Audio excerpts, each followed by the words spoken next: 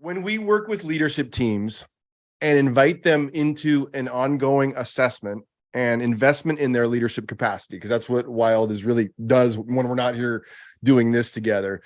That's what we do day to day. I can tell you that what we see over and over again is a shift in some profound things that change the way that teams and leaders function together for a long time. And I want to tell you 4 of those things that relate directly to our conversation today. They include, one thing is agency. Team members believing they can change specific things that will matter.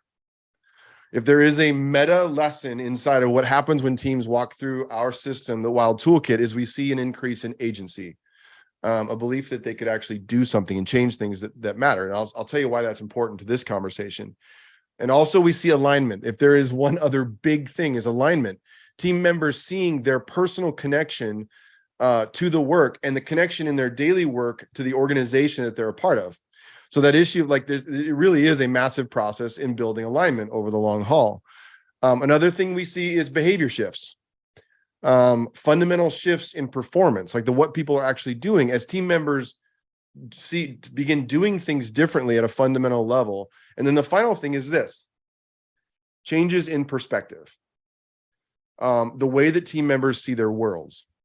And the research for decades is clear. There's different words that are used to describe this, but perception plays a role and perspective plays a role in performance and in whole health. So here's a question I have for us. What would you say if I told you that how you see your world is just as important as anything you do for you and for the people around you? And I bet that you probably would agree with me. But what do we actually mean when we say how we see our world? Like, that's what this is about today. I'm Dr. Rob McKenna, and welcome to the Wild Conversation, where we make the best thinking in psychology, leadership, and organizational science accessible to leaders who are willing to learn and edit for their sake and for the sake of others. Just take pause for one moment and do an experiment with me. Look around the room you're sitting in and try to notice one thing that without this moment, you would not have seen. Just take a look around your room. Did you find something?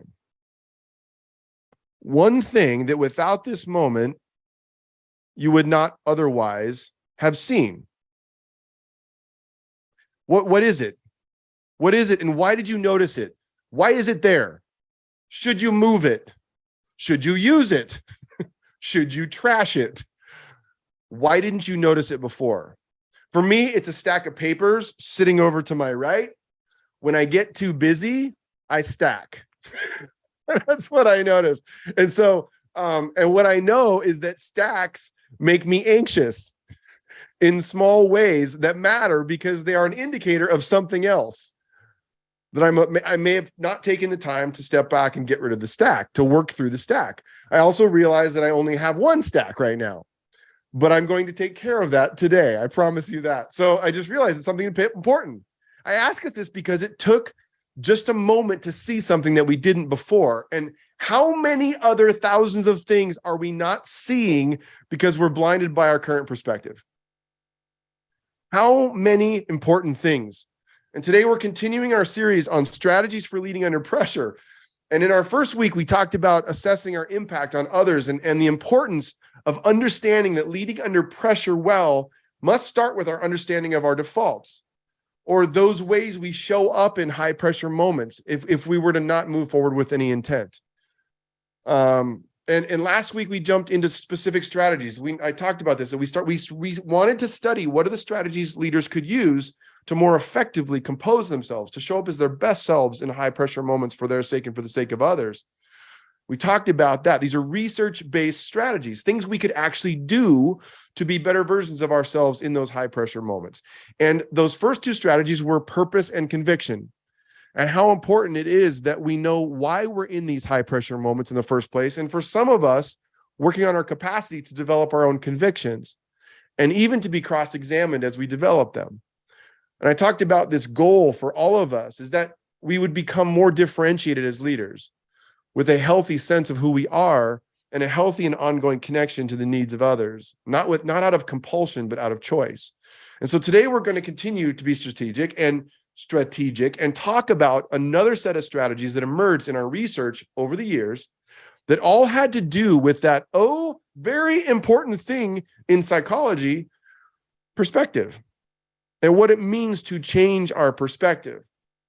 So what is perspective? And anyway, from a leader development perspective, perspective is how we see our world in a whole way. It's not just the actual lens, but likely includes a lot of other things. So this idea we're talking about today is that how we see our world matters, but there's something else.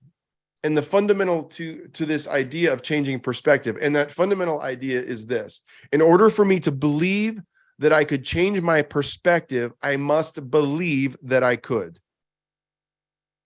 Efficacy again plays a huge role here.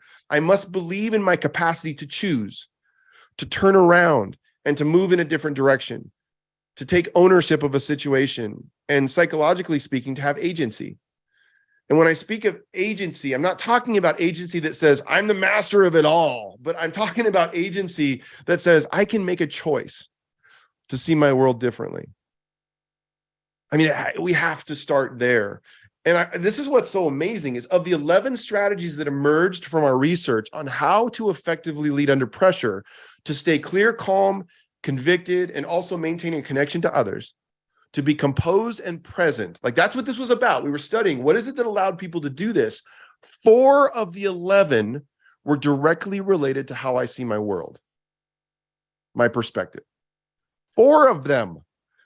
And when not present, they created difficulties for the leaders we studied.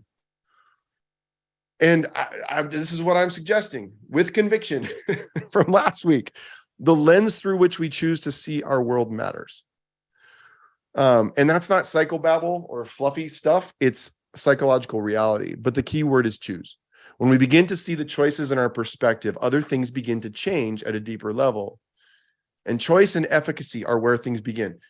They impact our business, our families, and maybe most importantly, even our spirits. To turn, to change, to learn, to grow, and even to repent, like to turn in a different direction, to say we're sorry, all begin with a belief in our own agency and our capacity to choose and to act based on that choice. So the 4 strategies related to perspective that were powerful in allowing leaders to compose themselves under pressure were these. And as you're listening to this, maybe grab onto 1 or 2 of these that you think are important for you. Seeing the big picture, focusing on potential, objectivity, and recognizing contribution. And many of you know that I have a fascination with light, and that fascination and the relevance of light in leaders only increases when we start to talk about perspective. And sometime when I talked about these particular strategies of seeing the big picture, focusing on potential, objectivity, and recognizing contribution, how much light plays a role in us understanding them.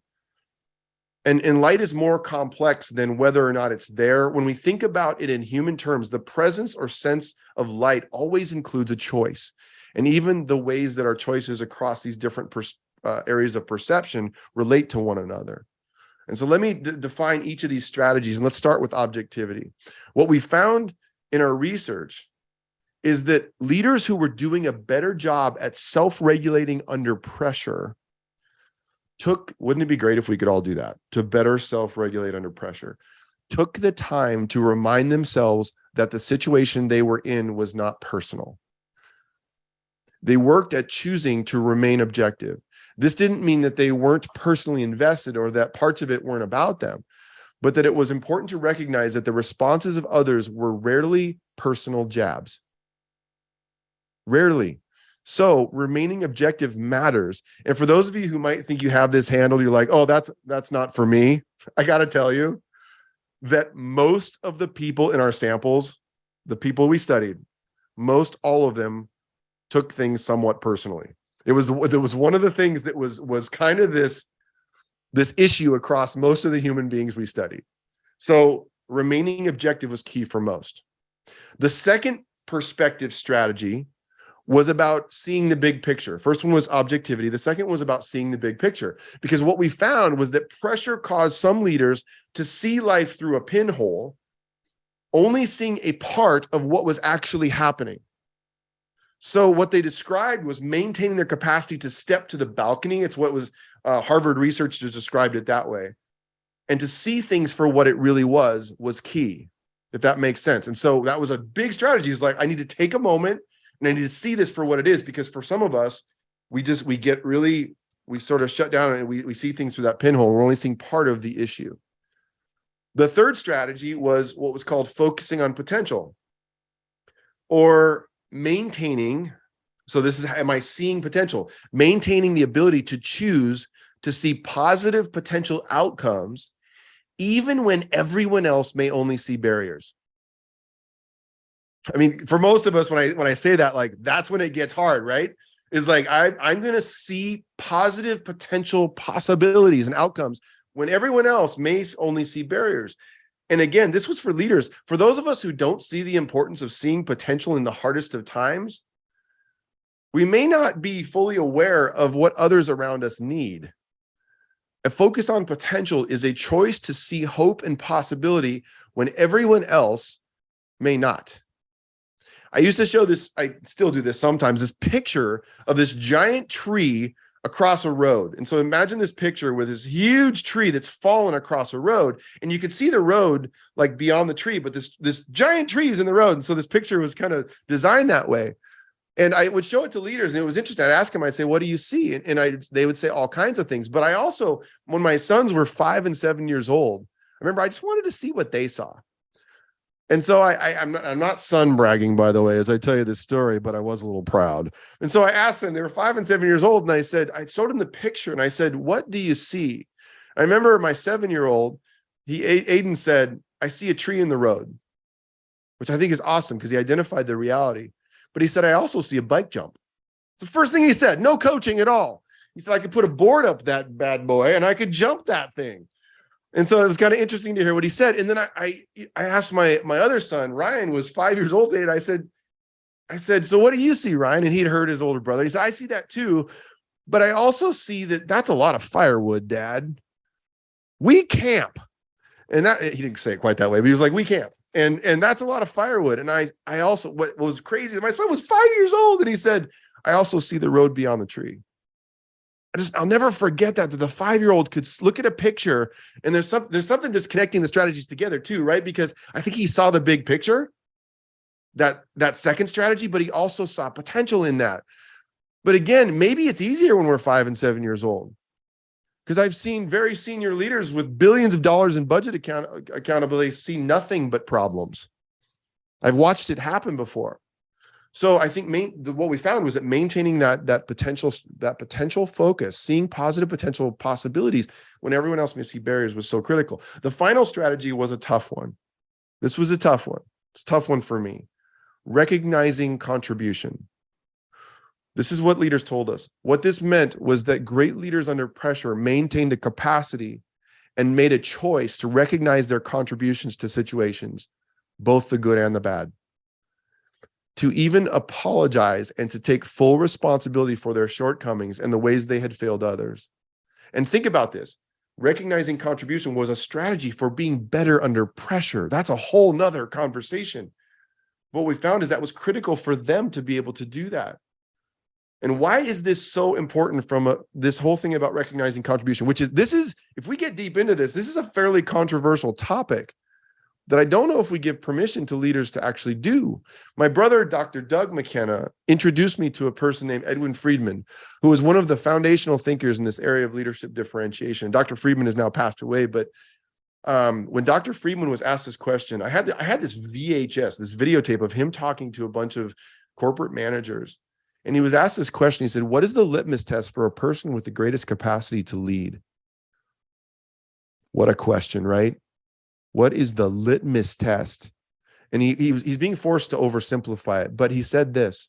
He said, the person in any system with the greatest capacity to lead is the person who can express themselves with the least amount of blame. How?